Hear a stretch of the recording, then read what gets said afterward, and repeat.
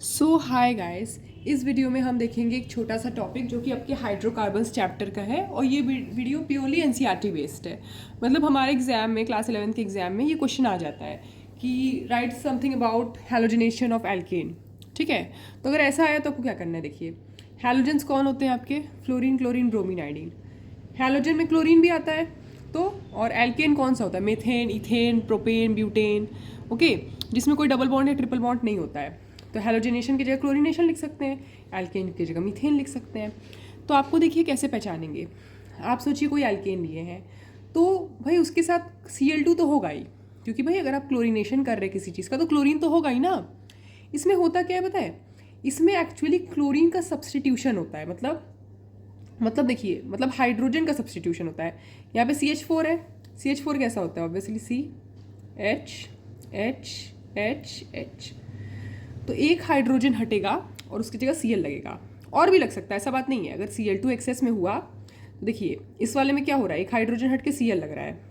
अगर Cl2 access में हुआ तो 2 हाइड्रोजन हटेगा, और एक्सेस में तो 3, फिर 4, चारों हट गया तो CCl4 बनेगा। ऐसा होगा। ठीक है, हम एक बेसिक में मोनोक्लोरिनेशन को लेके बात करते हैं। आपको क्या देखना है भाई? रिएजेंट में HNu होना चाहिए, HNu या लाइट, ठीक है, या सनलाइट लिखा होना चाहिए। हीट हो सकता है या परऑक्साइड हो सकता है, तभी आपका होमोलिटिक क्लीवेज होगा। अब आपको मैकेनिज्म देखिए, अगर आपको ये क्वेश्चन 2 नंबर में पूछा तो आपको मैकेनिज्म में क्या है, देखिए स्टेप लिखना है। Chain initiation, chain propagation, chain termination. इतना लिखने से आपको पूरे 2 नंबर मिल जाएंगे। आप ये सारी भी चीज़ें लिख लेंगे तो 2 नंबर आराम से मिलेगा। पहला मैकेनिज्म का स्टार्ट होता है चेन इनिशिएशन, मतलब इनिशिएट करना। तो अब देखिए, सबसे पहली बात कि हमने क्लोरीन लिया हुआ है, क्लोरीन तो Cl है, तो बस में Cl बॉन्ड है।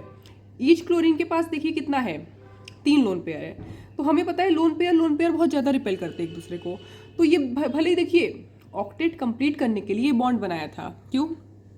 एक क्लोरीन के पास 7 इलेक्ट्रॉन था, तो इसने सोचा कि चलो कोवेलेंट बॉन्ड बना लेते हैं। 2 लोगों के पास 7 था तो सोचे कोवेलेंट बॉन्ड शेयरिंग कर लेंगे तो हमारा 8 इलेक्ट्रॉन कंप्लीट हो जाएगा।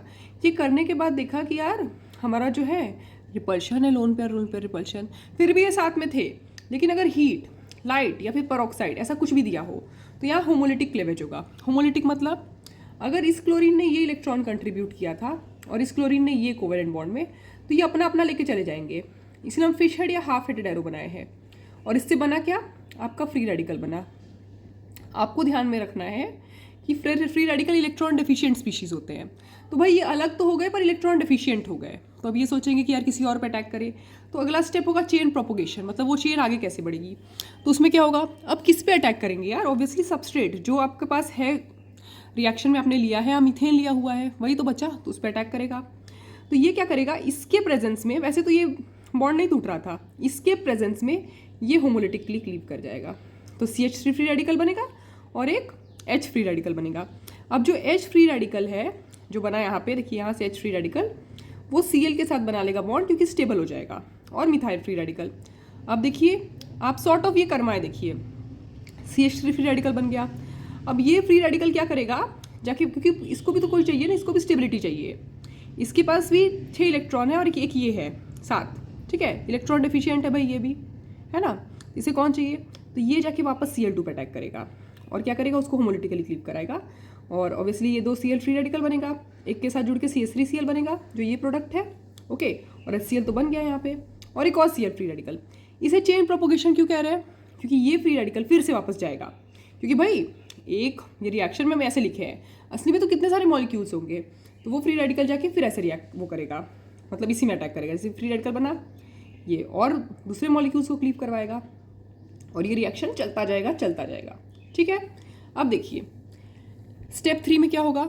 एक्चुअली देखिए इसमें बहुत डिटेलिंग हो सकता है अगर आप कॉम्पिटिटिवली पढ़ रहे हैं, पर स्कूल के लिए इतना ज़रूरत नहीं है।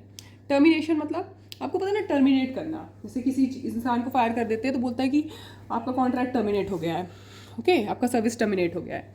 तो अब देखिए जो क्लोरीन फ्री रेडिकल था वो Cl2 बन गया, CH3 वाला फ्री रेडिकल था CH3 बन गया, C2H6 बन गया, ठीक है। फिर CH3 फ्री रेडिकल और Cl कंबाइन किया, मतलब जो थे सबको आपको आपस में कंबाइन करवा दीजिए।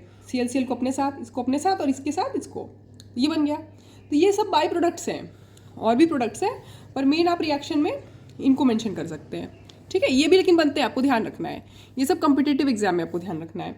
एक और चीज़ जो आपको मेंशन करना चाहिए या फिर एमसीक्यू में पूछेगा, ये प्योरली एनसीईआरटी बेस्ड है। इसके अलावा अगर आपको बहुत अच्छे से इसको जानना है तो वो सब आता है जेई वगैरह में, लेकिन इसमें आपको ध्यान में रखना है कि फ्री रेडिकल सब्स्टिट्यूशन, मतलब ऑब्वियसली हम अगर यहाँ पे मीथेन ले रहे हैं, ठीक है, अब इन चारों में से कौन सा सबसे अच्छा आसानी से सब्स्टिट्यूट करेगा। फ्री रेडिकल सब्स्टिट्यूशन मतलब ये एच हट के कौन सा हेलोजन ज़्यादा आसानी से लगेगा, फ्लोरीन, फिर क्लोरीन, फिर ब्रोमीन, फिर आयोडीन, ये आपको पता होना चाहिए। बॉन्ड तोड़ने का ऑर्डर देखिए अलग होता है, ठीक है, वो सब अलग अलग चीज़ है, पर आपको ये ध्यान रखना है, और इतना आप लिख लेंगे तो आपको पूरे मार्क्स मिल जाएंगे एनसीईआरटी बेस्ड, मतलब स्कूल एग्जाम में। Thank you.